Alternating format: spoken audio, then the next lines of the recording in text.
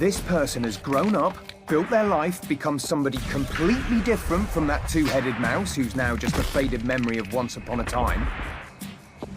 And while she was going through all these changes, it's like I didn't have the time to do anything at all. Hey, hello, how do you do? Shady Doorags here. So I've been getting a lot of requests from you intellectuals to talk about the show Strappare lungo i bordi, or as it's known in the language I'm not gonna butcher, Tear Along the Dotted Line. This Italian show premiered internationally on Netflix and is apparently living rent-free in the heads of my subscribers. So, like every other show that random people on the internet are passionate about, that makes it my job to watch and talk about it. Let me guess, this show is an adult animation that introduces itself as a comedy to lure you into letting your guard down, and then when you least expect it, it punches you in the gut with real-world feels that we grown-ups don't like to think about, but nonetheless we appreciate because it reminds us that we're not the only ones in the world thinking about these types of problems. I mean, I'm grateful that we've moved on from the days of everything must be a Family Guy clone, but this particular formula has been done so many times. Does Tear Along the Dotted Line really think it can do the same thing as BoJack Horseman, F is for Family, and Agretzko and still shock me in any sort of meaningful way?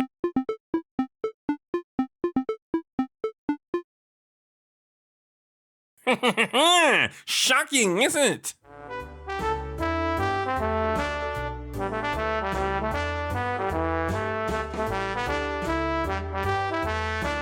Tear Along the Dotted Line is about an Italian named Zero Calcare narrating to the audience various stories of his life. As the show goes on, it becomes clear how each story connects with others via characters, events, and/or messages, eventually leading up to the conclusion of current events in Zero's life. The theme of the show is written right there in its name. We all have this image in our heads of what we want our future selves to be like, similar to an image on a paper that needs to be cut out. However, rather than cutting along the path precisely, it's more like we're tearing along the dotted line. And when you tear, it's easy to make mistake after mistake until instead of having that perfect image you wanted, you have, well, you. So I think the place I want to start with this show is the atmosphere and the aesthetics. Tear Along the Dotted Line looks and feels, simply put, like real life, but a cartoon. Animation specializes in hyperbole, and this show seems to hit the nail on the head on exactly how much to exaggerate. The first thing that caught my eye was the art style and color scheme. These characters are undoubtedly human, but the way certain features are designed makes them feel like they belong in a cartoon. On one end of the spectrum, you have designs like King of the Hill or The Legend of Korra. You can see these characters existing in the real world. On the other end, you have designs like South Park or Ed, Edd n Eddy. Even though they're supposed to be human, these designs can only exist in a cartoon.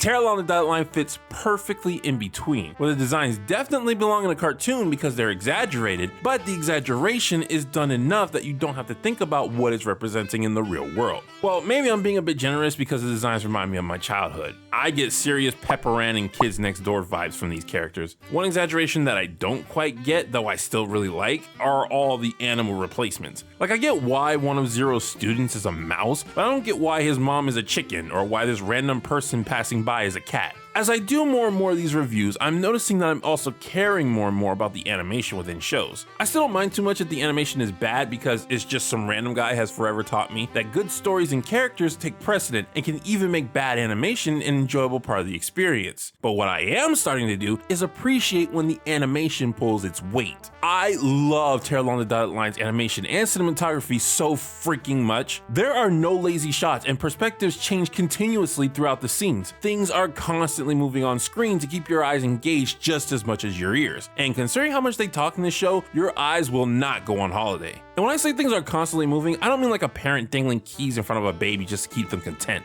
The movement is all done with a purpose. There's a difference between just putting visual noise in front of you to keep your eyes happy and actually keeping you engaged. Everything that moves, and even doesn't move, is used to complement all the information that's being dumped into your brain via Zero's monologues. Speaking of which, it's about time we got to the protagonist. Any decision you have to make becomes more serious as the years go on, because it might just be your last one. Zero Calcare is a 37-year-old cartoonist living in Rome who tells the story of the show from his memories of them. Because we hear his thoughts about everything, he seems like a really cynical jerk, but be honest, you're more than likely a lot less nicer to people inside your own head than you are out. The thing about Zero is, there are some shows you can watch and like regardless of their protagonists. Like, if you watch BoJack Horseman but you don't like the character BoJack himself, you still have 4 other main characters, a plethora of side characters, and lots of surrounding story events that you can enjoy. This concept is pretty much impossible with Terrell on the Dotted Line because the show is its protagonist. Terrell on the Dotted Line did something that I don't know if I would have had the courage to do. It completely relied on its protagonist as much as it possibly could to get the audience engaged. With the exception of one scene towards the end of the show, all the events are told through the perspective of Zero, and the show makes the intentional decision not to show what actually happens, but to show how Zero remembers it happening. There's this one memory where Zero as a child has a conversation with his friend. Well, Sarah, now you know how it feels to disappoint someone who loves you and believes in you. I'm sorry you had to find out this way. Initially, I rolled my eyes at this and said, well, this is unrealistic, kids don't talk like that. But then it hit me. Yes, that's the point. A kid isn't talking, adult Zero is. He's just remembering it from his own perspective, so naturally, he's gonna say it like an adult would. Thus, everything that is said and done relies on Zero's perspective, his personality, and most intriguing, his voice. A tutor is an absolutely fundamental and essential figure during the course of everyone's childhood. If you don't have control over your home, you won't have control over your life. Come on now, Corrado Persichetti said Karma could curse people when he was 7. Yeah, because he's telling the story, every character uses some form of Zero's voice, with one exception who we'll get to later. This could have easily backfired, but thankfully, the writing team and casting director knew what they were doing. Zero is the most relatable character you will ever come across in the show. That's a fact.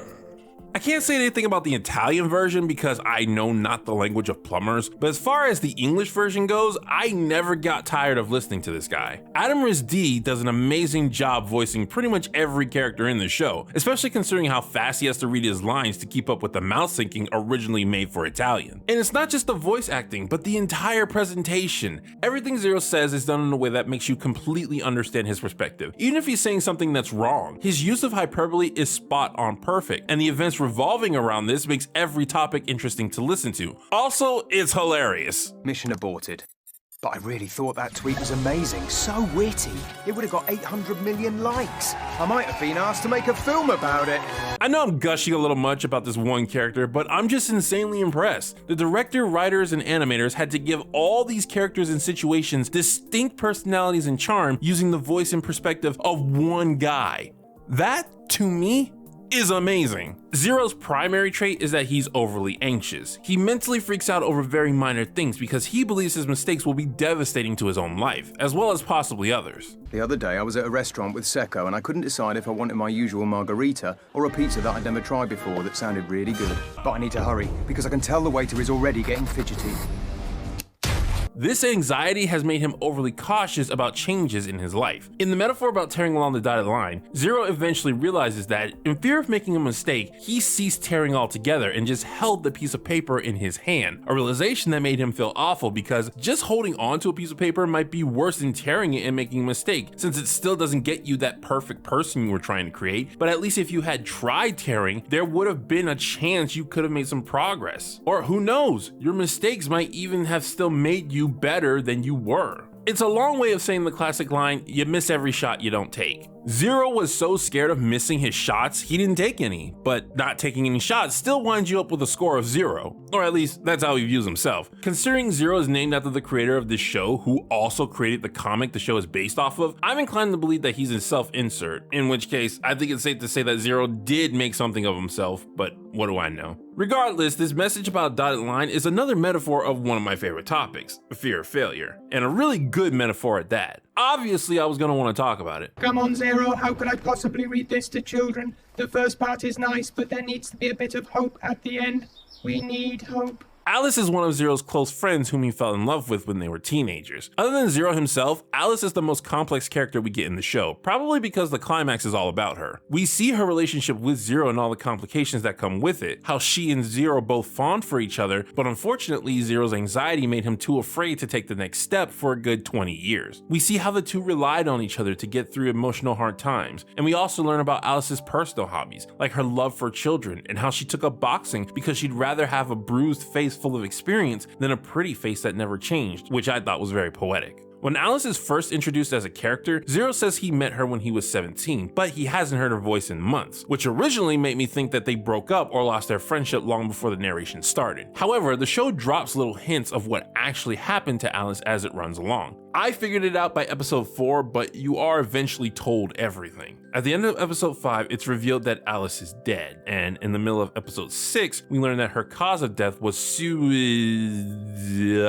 she gave herself a premature game over.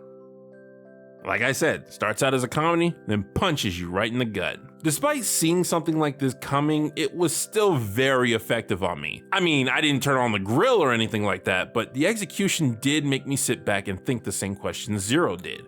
Why?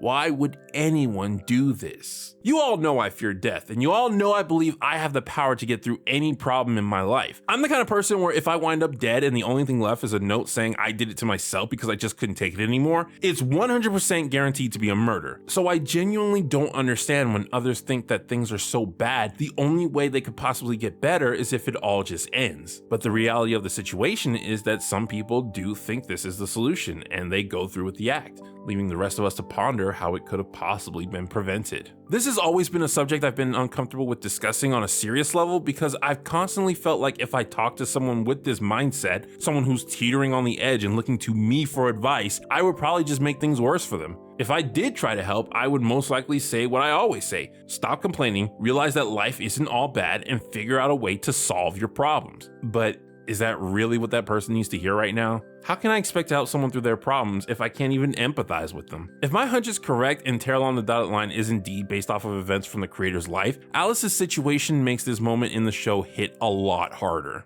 I envy him, because it's in Secco's nature to be completely indifferent to the future and the consequences of his choices.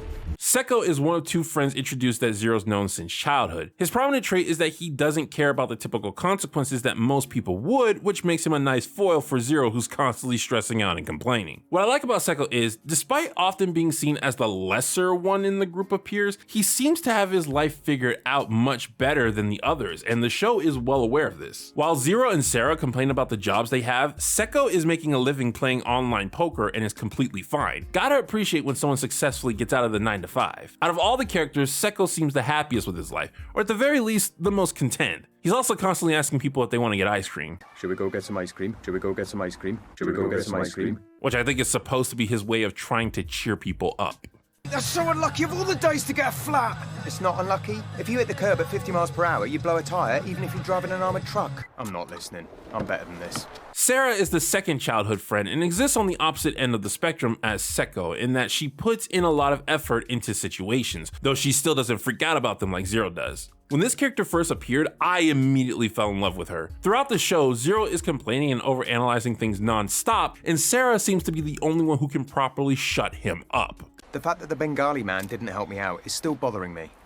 Sarah rightly says, why should he be the one to help you and not anyone else? However, remember some time ago when I said this? When you have one character who's exclusively the voice of reason, that character feels more like a mouthpiece than anything. Yeah, that's the problem we have with Sarah. This girl is right about everything. And I don't mean I agree with her about everything, just that the show does. If Zero's complaining about something and Sarah hears him, you can bet she's going to tell him that he's wrong and he won't have a good comeback for whatever comment she made. This makes Sarah give off massive Mary Sue vibes. And keep in mind, her points aren't always correct. There are moments in the show where her argument isn't solid, but she's still treated victorious. For example, there's a moment where Sarah tells Zero to go change in the bathroom, to which Zero replies that the men's bathroom is not a good place to change because of all the horrible things that go on in there. Sarah then says that women have it worse when going to the bathroom, which shuts Zero up. The problem is, not only did her argument have possible flaws in it on who has it worse, but also it completely missed the point Zero was making, which was that changing in the bathroom is not a good idea. Zero, however, doesn't bring this up because he feels defeated that he couldn't complain about something, and so Sarah wins the argument. As always. I really try to give this character leeway because there could be artistic reasons for her constant conversational victories. This is a perspective show after all, so it is possible that she isn't actually always right. It's just that Zero remembers her always being right. Another possibility is that Sarah is supposed to be the voice of reason throughout the show, so naturally, she's going to say things that the show agrees with, and with only 6 episodes, she won't get much time to fully flesh herself out as a character. But even with these possibilities, it more so feels like the real Zero just really liked Sarah and went a little too Mary Sue with her. The only fault she seems to have is that she's the only character who doesn't have her dream job by the end of the show, but that's not enough to balance out the glowing spotlight that's constantly shining on her. I mean, even in the final shot of the three friends walking away together, it's Sarah who puts her arms around Zero and Secco.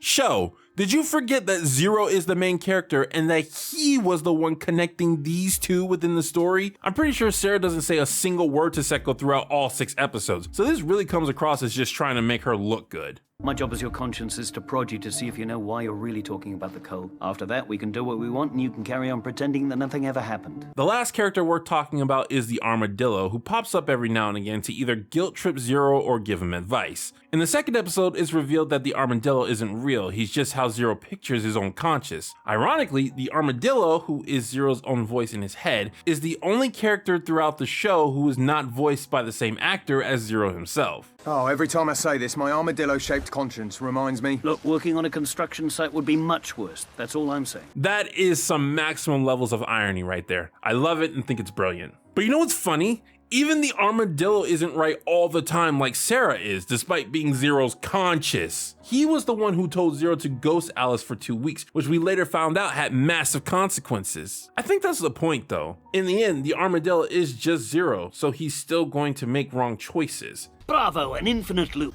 That's the utopian horizon like the Philosopher's Stone. We'll think about tomorrow. Worst case scenario, we'll do it all again. All in all, Terror Along the Dotted Line is going down the list of amazing adult animations I've gotten to experience. It's smart, clever, funny, talks about issues I appreciate, and left a great impression on me as soon as I laid my eyes on it. Thanks for recommending me this, guys. It was definitely right up my alley. This has been Shady Doorags. So long. Farewell. That Vita's saying goodbye.